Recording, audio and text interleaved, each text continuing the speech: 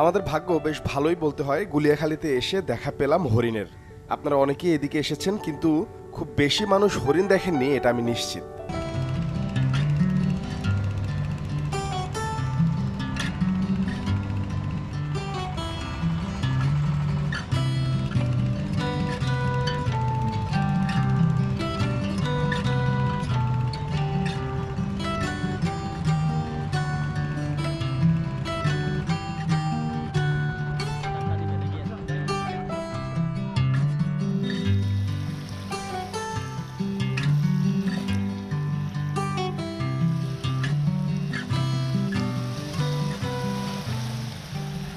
সাধারণত আমরা যে ধরনের সমুদ্র সৈকত দেখে থাকি সেগুলো বেশিরভাগই থাকে বালু আচ্ছাদিত, অর্থাৎ স্যান্ডি।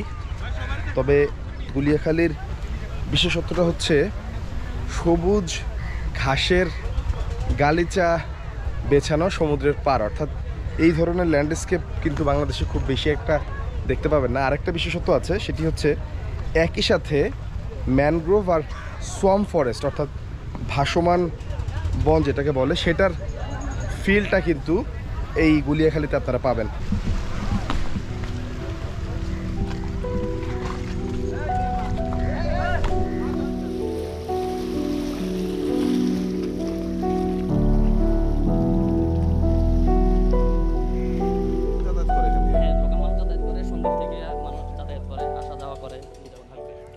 দর্শক, আপনাদের পরিচয় করে দিই রনি ভাইয়ের সাথে। রনি ভাই হচ্ছে, আমরা যেই সীতাকুণ্ডের গুলিয়াখালী এসেছি, গুলিয়াখালীর খুব কাছেই তার বাসা, এবং আমার সাথে এখানে পরিচয় খুব চমৎকারভাবে এই গুলিয়াখালীর অনেক গল্প, যেটা আসলে সবসময় জানা সুযোগ হয় না, সেই গল্প হচ্ছিল, আপনাদের সাথে বিষয়টা শেয়ার করছি। রনি ভাই, এইখানে ট্যুরিজম ডেভেলপ কতদিন আগে থেকে করছে, মূলত কবে থেকে করছে? টুরিস্টের মধ্যে মনে করেন 7-8 বছর আগে থেকে টুকটাক লোকজন আসতো। আচ্ছা। হ্যাঁ, টুরিস্ট হিসেবে এখানে। পরবর্তীতে মনে করেন অনেক টিভি চ্যানেল, তারপর সোশ্যাল মিডিয়াতে ব্যাপক প্রচারের কারণে এই মনে করেন বিগত 3-4 বছর থেকে মানে টুরিস্ট অধিকাংশে মানে বেড়ে গেছে। খুব চমৎকার ঘাসের গালিচা দেখা যাচ্ছে এখানে। যদি কেউ রাতে থাকার এক্সপিরিয়েন্স নিতে চায়, সেক্ষেত্রে উপায় কি? সেক্ষেত্রে হচ্ছে যে আপনার এই যদি প্রশাসনিকভাবে আসে, তাহলে প্রশাসনিক যে যারা ট্যুরিস্ট পুলিশের এখানে একটা আছে, টিম আছে, ওই টিম থেকে অনুমোদন নেওয়া লাগবে, অনুমতি নিয়ে থাকতে পারবে। আর হচ্ছে যে যদি লোকাল কারোর মাধ্যমে আসলে, যেমন ধরেন আমাদের যারা স্থানীয় বাসিন্দা আছি তাদের মাধ্যমে আসলে, তারা সহ ওই ওদের সাথে যোগাযোগ করে যদি আসে, ওদের সাথে যোগাযোগ করে এখানে থাকতে পারবে, টেন্ট করে থাকতে পারবে। না হলে এখানে যদি ওই আবাসন যে প্রকল্প আছে ওগুলো যদি যখন বাস্তবায়ন হবে, তখন ওরা আবাসিকভাবে থাকতে পারবে। মানে কেউ টেন্ট নিয়ে আসলে থাকা সম্ভব? হ্যাঁ, থাকা সম্ভব। নিরাপত্তা নিয়ে ঝামেলা? না না না, নিরাপত্তা নিয়ে কোনো ঝামেলা, নিরাপত্তার কোনো ঝামেলা নেই এখনো পর্যন্ত, কোনো অকারেন্স হয় নাই। ওকে, ফাইন।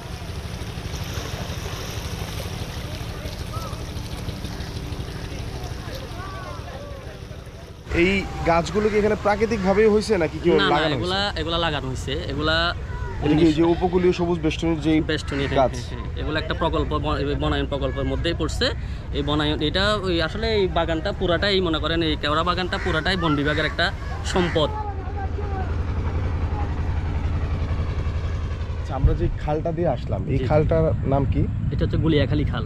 গুলিয়াখালী খাল, মানে এই জায়গার নাম গুলিয়াখালী কেন? গুলিয়াখালী নাম হচ্ছে যে আমরা মনে করেন এখানে একটা ট্রেন্ড আছে চিটাগাংয়ে, আমরা যতটুকু জানি, আমরা ছোট থেকে শুনে আসতেছি যে যে এলাকার উপর দিয়ে খাল বহমান, ওই এলাকার নাম পরে খালি আছে। যেমন ধরেন আমাদের গুলিয়াখালী, উত্তরা আছে গুপ্তাখালী, তারপর আছে মনে করেন ওই বাঁশখালী, মহেশখালী, এগুলা, তারপর বাঘখালী আছে। এই যতগুলো নাম বলেন এগুলো সবই কি খালের পাশে? হ্যাঁ, ওগুলার ওই গ্রামটার উপর দিয়েই খাল গেছে, গ্রামের উপর দিয়ে খাল গেছে। তারপরে আপনাদের গ্রামের নামও কি গুলিয়াখালী? গুলিয়াখালী, হ্যাঁ, আমাদের গ্রামের নাম। গ্রামের নাম যে গুলিয়াখালী, এটা জানতাম না। এটা একটা ইন্টারেস্টিং ফ্যাক্ট জানলাম, চিটাগাংয়ের নামকরণের ট্রেন্ড।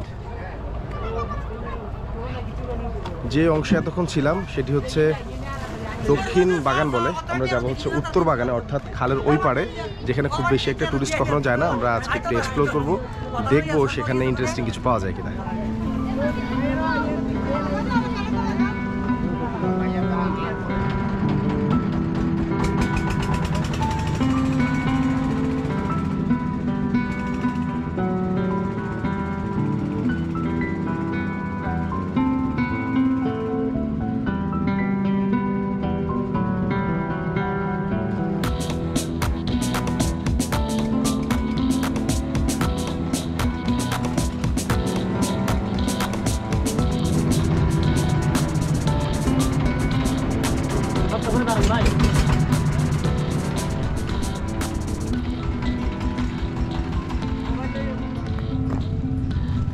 তবে এই জায়গা তো পুরো সুন্দরবন সুন্দরবন একটা ভাব আছে, হ্যাঁ। এই যে ইসের কারণে, শ্বাসমূলের কারণে। এদিকে মানুষ ততটা আসে না, না? রাস্তা তেমন একটা সুব্যবস্থা নাই না। আচ্ছা, আসার কমিউনিকেশনটা একটু ঝামেলা আছে।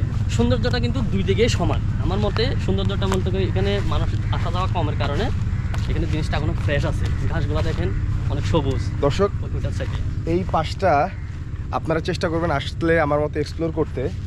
এই যে এই সবুজ গালিচা ওই পাশে যেটা দেখে এসেছি, এখানেও কিন্তু একই জিনিস আছে, কিন্তু অনেক বেশি গ্রিন, এবং যেহেতু মানুষজন কম আসে জিনিসটা পুরোপুরি ন্যাচারাল বলা যায়, রাইট? জি জি জি। আচ্ছা, ওখানে শুনতেছিলাম যে এইদিকে হরিণ আছে, বিষয়টা কি? হ্যাঁ, হরিণ এখানে সরকারিভাবে, সরকারি অর্থায়নে এবং এই বন বিভাগের ওরা সদস্যরা এসে এখানে হরিণ ছাড়ছিল। এখন প্রায় 150 থেকে 200 হরিণ আছে, তবে ওগুলো লোকালয়ে তেমন একটা দেখা যায় না। তাহলে আপনাদের আছে, কপাল হরিণ ভালো আছে। থাকলে কিন্তু হরিণের দেখাও পাবেন এখানে।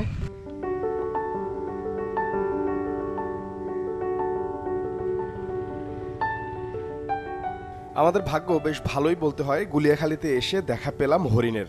আপনারা অনেকেই এদিকে এসেছেন, কিন্তু খুব বেশি মানুষ হরিণ দেখেননি এটা আমি নিশ্চিত।